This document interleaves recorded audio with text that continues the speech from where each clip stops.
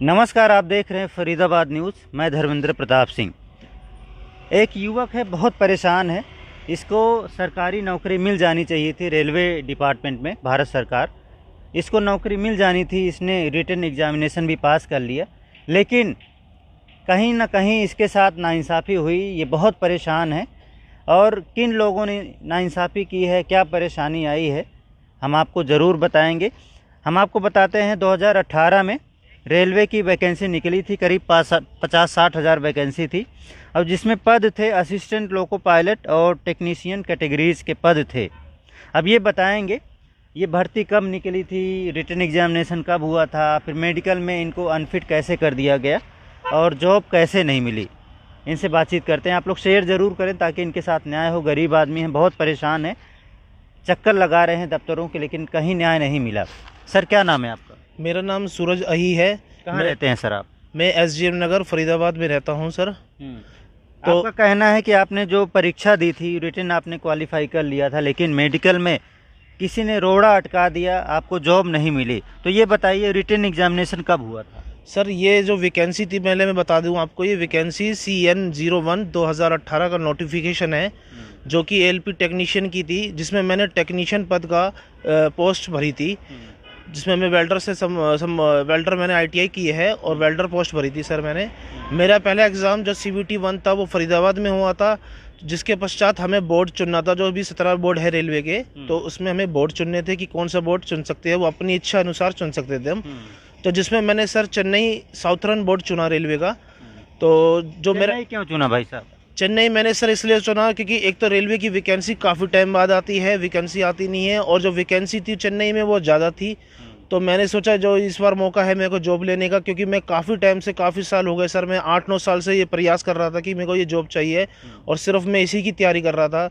तो मुझे चेन्नई इसलिए अच्छा लगा कि मैंने कहा चलो ये वैकेंसी ज़्यादा है तो मेरे को ये वैकेंसी चाहिए, तो अभी मैंने चेन्नई बोर्ड चुना सर। तो जो ऐसे मेरा CBT2 जो कि मेरे 2018 में 2019 में जनवरी 23 जनवरी, मुझे डेट भी याद है, 23 जनवरी 2019 में चेन्नई में मेरा एग्ज़ाम था। सेंटर पड़ा था विल्लीपुरम सेंटर मेरा पड़ा था। आप दिखाइए कोई आपके पास एडमिट कार्ड हो या? ये मेरा एडमिट कार्ड है सर। डॉक्यूमेंट वेरिफिकेशन का जो CBT1 और CBT2 क्रॉस करने के बाद जो मुझे RRB बोर्ड चेन्नई ने भेजा था, डॉक्यूमेंट वेरिफिकेशन का लेटर है, इसमें लिखा हुआ document verification and medical examination for ALP technician post against CEN1 2018। ये इनका एडमिट कार्ड। ये मेरा जुलाई 8 2019 का मेरा डॉक्यूमेंट वेरिफिकेशन था, और उसके 2 दिन बाद मेरा मेडिकल था सर, जो कि 10 तारीख को ICF हॉस्पिटल में था मेडिकल मेरा। तो ICF हॉस्पिटल से जाने से पहले सर मैंने उससे 1 महीना पहले मैंने जो हमारा फरीदाबाद का सिविल हॉस्पिटल है, मैंने उसमें अपनी आंखों की जांच कराई थी।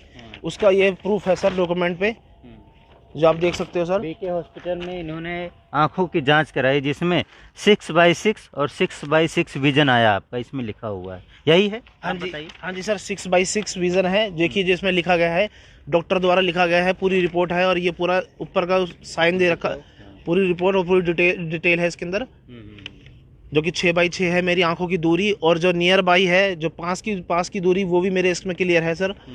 और जो भारत सरकार ने निकाली थी नोटिफिकेशन में, वो ये थी, A1 मेडिकल से लेकर C1 तक की वैकेंसी थी सर इसमें। अच्छा, और 6/6 आपका है, आपके अनुसार A1 आपको सर्टिफिकेट मिल जाना चाहिए था। हाँ, 6/A1 में तो सर विदाउट गिलास यूज़ किए हैं, लेकिन C1 मुझे मिलना चाहिए था। C1 में 6/9 6/12 है, और भारत सरकार ने इसमें नोटिफिकेशन में लिखा गया है कोई भी कैंडिडेट को अगर कोई भी लेज़र या कोई भी सर्जरी हो तो C1 में वो भी अलाउ है।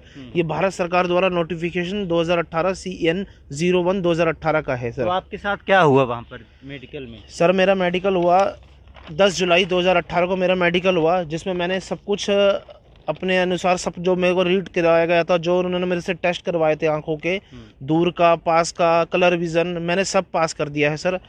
और उसके पास होने के पश्चात भी उन्होंने मेरे से कुछ ना कुछ मुझे इधर उधर दौड़वाते गए, जिसका उन्होंने मुझे रेफ़र करा। एक शंकरा नेत्रालय है चेन्नई में, ये काफ़ी माना जाना हॉस्पिटल है सर, इसमें कई दूर से लोग आते हैं, बाहर से भी आते हैं।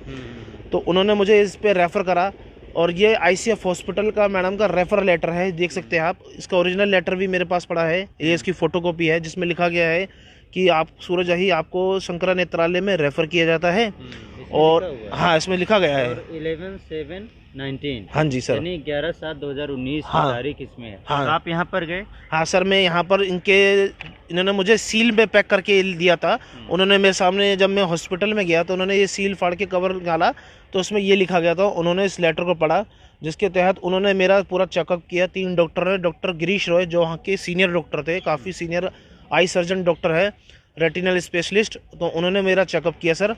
चेकअप करने के पश्चात उन्होंने जो जांच पाई थी, उन्होंने मुझे ये एक लेज़र, छोटा सा लेज़र ऑपरेशन करके मुझे फिट कर दिया है, जिसमें आप देख सकते हैं सर, ये लिखा गया है कि आप इस जॉब के लिए फिट हो। इसमें लिखा है he is fit to take any job. देखिए, he is fit to take up any job, इन्होंने साफ साफ लिखा हुआ है, यानी ये फिट हैं जॉब करने के और लिए। इसमें नीचे मतलब बोर्ड ने जहाँ पर आपको रेफर किया, हाँ। वहाँ से आप फिट एक तरह से हो। हाँ फिट हो। फिट का सर्टिफिकेट दे हाँ, दिया उन्होंने ही मुझे रेफर करा कि हाँ शंकर नेत्रालय जाना है और इस सील कवर में लेके आना है। जैसे उन्होंने कहा मैं वैसी करता गया उनके लिए। और इसमें लिखा गया है कि 6x6 विजन है, और साथ में डॉक्टर गिरीश रॉय के साइन भी है, जो कि उन्होंने मुझे खुद दिए थे सील कवर में। तो क्या हुआ, आप क्या तो हुआ? ये इसका जो ओरिजिनल लेटर है सर, वो मैंने वहाँ पर जमा कराया, ICF हॉस्पिटल में करवाया चेन्नई के। तो उन्होंने मुझे फिर कहा कि तुम घर जाओ, इसका हम डिसीजन लेंगे। तो 10 दिन बाद 3 डॉक्टर की कमेटी बैठी, उन्होंने जो भी डिसाइड करा, लेकिन उन्होंने जो डिसाइड करा वो मुझे C2 में फिट करके मेडिकल दिया उन्होंने मुझे सर, जो कि मैं C1 में, भारत सरकार के द्वारा मैं C1 में फिट हूँ। चलो ठीक है। C2 कहाँ दिया है आपको? C2 सर, ये इसमें मेडिकल में मेरे को C2 दिया है, मैं दिखा देता हूँ आपको। C2 से पहले सर मैं एक चीज़ और देना चाहता हूँ, मैंने RTI लगाई थी ये चेन्नई बोर्ड पे, RRB बोर्ड चेन्नई पे मैंने RTI लगाई अगस्त में, कि मुझे मेडिकल में क्या मिला है। तो सर पहले तो मुझे काफ़ी बार उन्होंने मेडिकल में बुलाया चेन्नई में, कम से कम मेरे एक मेडिकल के लिए मुझे 3 से 4 बार बुलाते थे। दिल्ली से सर जाना और आना, उसके लिए मेरे को किराए के लिए भी सर, दिल्ली से या फरीदाबाद से? फरीदाबाद से सर जाता था, दिल्ली से मैं ट्रेन पकड़ता था। तो मुझे 3 से 4 बार बुलाया गया था सर। मैं बहुत गरीब परिवार से हूँ, मेरे पापा खुद ऑटो चलाते हैं, और क्या कहते हैं, उसके रेल के पैसे भी मेरे पास नहीं होते थे, जो मैं अब कभी कभी तो मैं बिना टिकट तक भी जाता था सर। और जब मेरे को 2-3 पकड़ने पर भी बहुत परेशानी भी होती थी सर मुझे। तो ये जो मैंने RTI पे लगाया था, उन्होंने RTI का भी जवाब देखो गलत दिया है, रिप्लाई में दिया है कि तुम A1 से फिट हो सर। एक मिनट दिखाइए। Authority have declared you as fit in A1 medical examination. हाँ जी सर, उन्होंने A1 से कहा कि तुम फिट हो, ये उन्होंने खुद अपना रिप्लाई में जवाब दिया था मुझे सर। मैंने मांगा उनसे, A1 में फिट हो तो जॉब नहीं मिल सकती आपको? सर A1 में तो मिल सकती है बिल्कुल, लेकिन उन्होंने, अब उनका ये क्या है कि उन्होंने साउथ इंडियन और नॉर्थ इंडियन का कुछ भेदभाव कर रहे हैं सर। पहले तो मुझे 4-4 चक्कर कटवाए कि ये खुद अपना निराश होके ना आए, काफ़ी दूर से आ रहा है तो बंदा खुद निराश होके, काफ़ी दूर से अप डाउन करता है तो वो बंदा ना जाए। तो ऐसे कहीं कुछ ना कुछ करते रहे, और कभी A1 मेडिकल देते हैं, और कभी तो ये दिखा देते आपको जॉब मिल जाती। सर ये मैंने नहीं दिखाया आपने? RTI का रिप्लाई है, इसमें लिखा हुआ है you are fit in A1 medical examination. Sir ये मेरे को दिखाने के बाद भी उन्होंने मेरे को इसका कोई जवाब नहीं दिया कि तुम A1 से फिट हो या C2 से फिट हो। ये तो RTI का जवाब है भाई साहब। हाँ जी बिल्कुल है सर, RTI से मैं मानता हूँ, ये RTI का जवाब मैंने खुद नहीं दिखाया। ये मैंने दिखाया था सर। तो इन्होंने को दिखाने के पश्चात उन्होंने इसका कोई डिसीजन ले लिया सर। उन्होंने फिर मुझे C2 का मेडिकल में फिट किया है, जिसका भी पेपर मेरे पास पड़ा है सर। एक मिनट में दिखाऊं आपको। दिखाइए।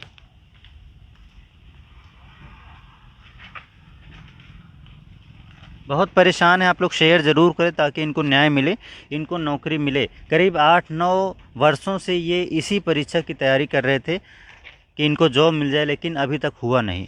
हाँ दिखाइए सर।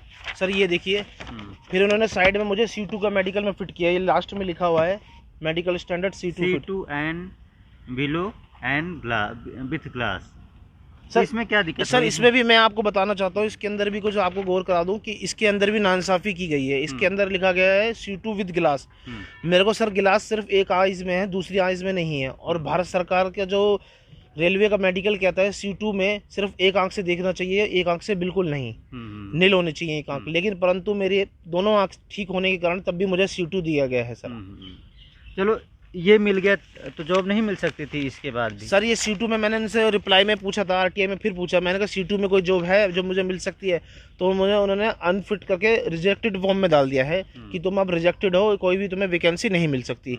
और सर मैं एक बात बताना चाहता हूँ, मैं जब भी मैं डॉक्यूमेंट वेरिफिकेशन में गया, मेडिकल में गया, जब भी मैं जाता था सबसे पहला जवाब उनका यही आता था, तुम आए कहाँ से हो? तो मैं जब बताता था सर मैं दिल्ली के पास से फरीदाबाद से आया हूँ, तो वो एक मतभेद सा हो जाता था उनके मन में कि हाँ ये हमारे रीजन धर्म का बंदा नहीं है। तो ये काफ़ी टॉर्चर करते थे कि मतलब कि कुछ सुनवाई नहीं, कुछ नहीं पूछते थे सर, बस अपना वो करते चले जाते थे। कुछ भी उनसे कोई जवाब मांगो तो उनको कोई जवाब नहीं देते थे कि मुझे क्यों दिया। मैंने उनसे पूछा भी लेकिन कुछ भी नहीं बोलते थे वो सर। वो बस यही पहला जवाब उनका होता था कि तुम नॉर्थ इंडियन हो। बस ये भेदभाव ज़्यादातर किया जा रहा था सर मेरे साथ। तो आपको लगता है नॉर्थ इंडिया, वैसे तो भेदभाव नहीं होना चाहिए, इंडिया एक ही है, लेकिन इनका कहना है कि मैं दिल्ली से आया था तो उनको लगता था ये दिल्ली से आया है, नॉर्थ इंडिया से आया है, और इस वजह से इनको कोई सही जवाब नहीं देते थे। ये परेशान हैं बेचारे। तो भेदभाव नहीं होना चाहिए, भारत एक है, जॉब कहीं भी आप लोग कर सकते हैं। इसने चेन्नई चुना था कि वहाँ पर वैकेंसी ज़्यादा थी, इसको नहीं पता था कि मेरे साथ इस तरह का भेदभाव होगा।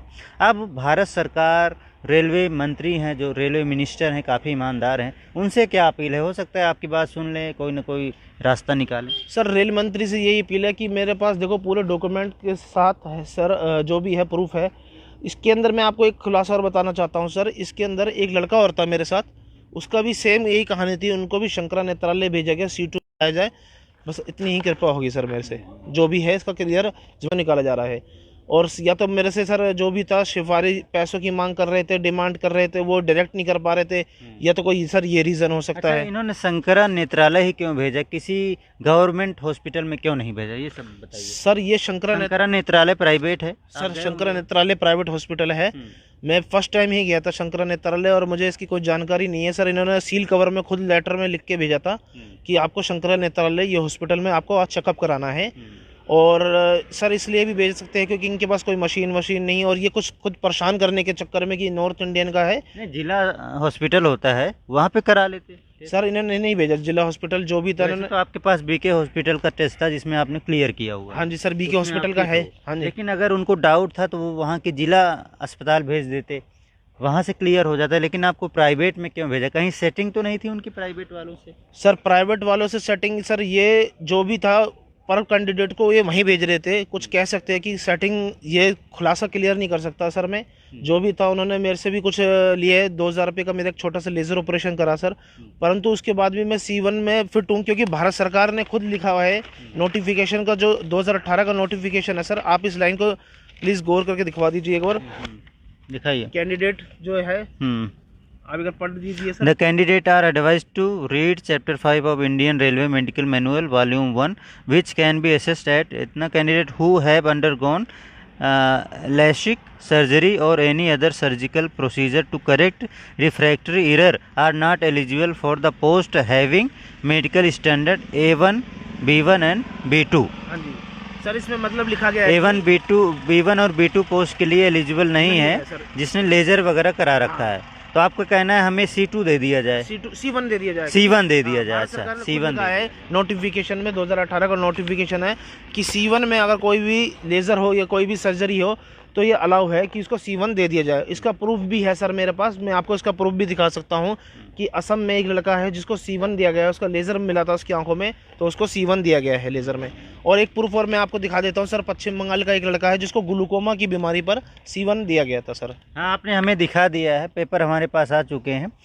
देखते हैं इस मामले में क्या होता है। ये बहुत परेशान है, आप खुद समझिए। 8-9 साल से किसी परीक्षा की तैयारी कीजिए, सारा काम धाम छोड़ के लग जाइए और बाद में आपको पता चले कि आपके साथ नाइंसाफ़ी हो रही है।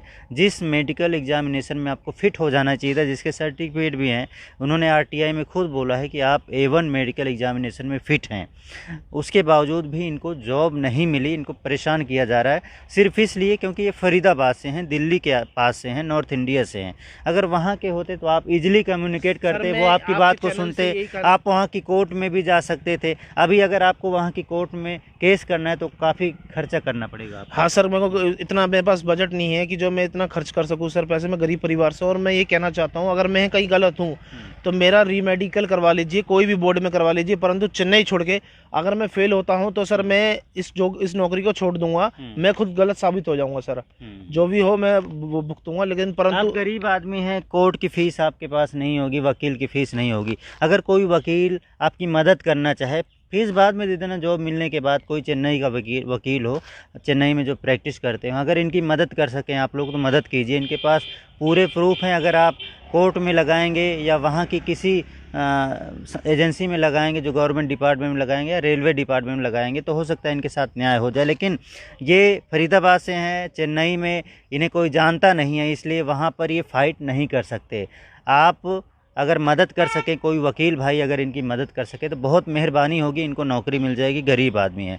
आप लोग वीडियो शेयर भी ज़रूर करें। मैं एक बात कहना चाहता हूँ, ये माननीय रेल मंत्री जो अश्वनी जी सर है, मैं उनसे ये कहना चाहता हूँ सर, अगर मेरा एक री मेडिकल जो दिल्ली में कराया जाए तो उसमें आपको खुद क्लियर हो जाएगा कि सर मैं C2 या C1 जो भी मतभेद है या पैसे रिश्वत की बात कर रहा है वो भी साफ क्लियर हो जाएगी इसमें। तो मेरा कहीं भी मेडिकल करा लें। हाँ, कहीं भी मेरा कोई भी बोर्ड में जो आप दो तो मैं उसमें मेडिकल कराने के लिए तैयार हूँ कि मैं सही हूँ या वो गलत है, जो भी है, या मैं गलत हूँ या वो सही है सर। तो जो भी है इसमें सब क्लियर हो जाएगा कि मतभेद है नॉर्थ और साउथ में अभी भी। और सर एक बात होना नहीं चाहिए, मैं मानता नहीं हूँ। और ये तो आरोप लगा रहे हैं, ये बहुत ही मतलब गलत चीज़ है। अगर मतभेद है तो मतभेद नहीं होना चाहिए। और कहीं सर देखो सर, जो भी होता है, चेन्नई में बाढ़ आई थी तो इसमें भी हमने नॉर्थ इंडियन में सब सपोर्ट कर रहे थे सर। नहीं, सब भारत एक है। हाँ। नॉर्थ इंडिया साउथ इंडिया कुछ नहीं है, भारत एक है, कोई भेदभाव नहीं होना चाहिए। तो नॉर्थ इंडिया या साउथ इंडिया के आप जो भी भाई हैं, आप इसका सपोर्ट कीजिए। ये भी भारत का ही है, भारत का ही नागरिक है, परेशान है। हम देखते हैं क्या होता है। फरीदाबाद न्यूज़ से धर्मेंद्र प्रताप सिंह, नमस्कार।